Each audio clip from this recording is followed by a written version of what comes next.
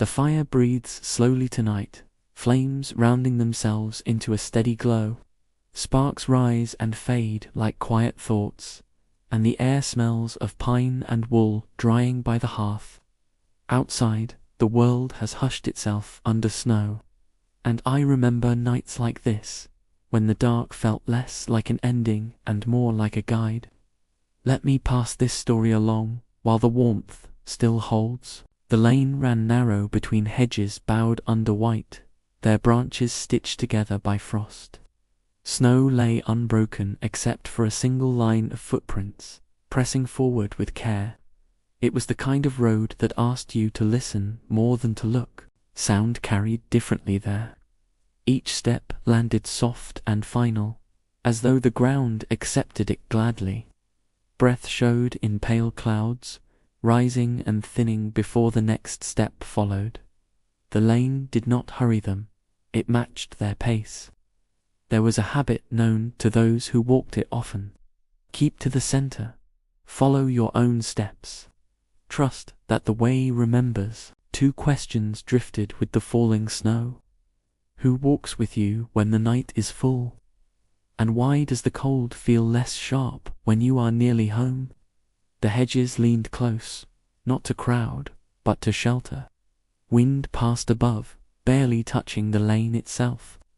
Snow gathered on the path's edges, leaving the middle clear, as if brushed aside by invisible hands. Lantern light glowed faintly in a distant window somewhere ahead, not close enough to reach, not far enough to lose hope of it. The lane held that balance well. Footsteps continued, steady and sure. The walker did not count them. Counting made time too loud. Instead, they listened to the rhythm step, breath, step each, one fitting neatly into the next. The night watched kindly. When the snow fell thicker, it softened the world even further. Fences disappeared. Fields became suggestions. Only the lane remained certain, its pale curve leading onward without demand. Sometimes another set of prints appeared beside the first, smaller, lighter. They did not cross or overtake. They simply kept company for a while, then faded where the snow grew deeper. The lane allowed this. A traveler came along one winter evening, cloak pulled tight, cheeks numb with cold. They had left warmth behind and were carrying it only in memory. Each step felt heavier than the last, until the lane seemed to lift slightly beneath their feet, easing the effort. Their breath slowed. The snow brightened, catching moonlight and holding it. The way ahead felt known, even if it could not yet be seen. I once walked that lane with my hands tucked deep and my thoughts finally quiet, and I knew then that some roads do not test you, they carry you. The traveler noticed how the cold no longer bit as sharply, how their shoulders eased, how the silence no longer pressed, but wrapped gently, like a scarf drawn higher.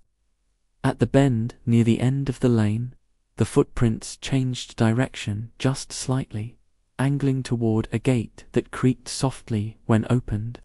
Beyond it, light spilled warm and golden onto the snow. The smaller prints were gone. Only the original steps remained, leading safely through. The door opened before the traveler reached it, heat and familiar scent spilling out to meet them. Behind, the lane settled back into stillness. Snow smoothing over marks, ready to guide the next set of footsteps when the night asked for it. The fire here glows low and sure, embers pulsing like resting hearts. Somewhere, a quiet lane is holding its shape under snow, breath rising and falling in time with safe returns.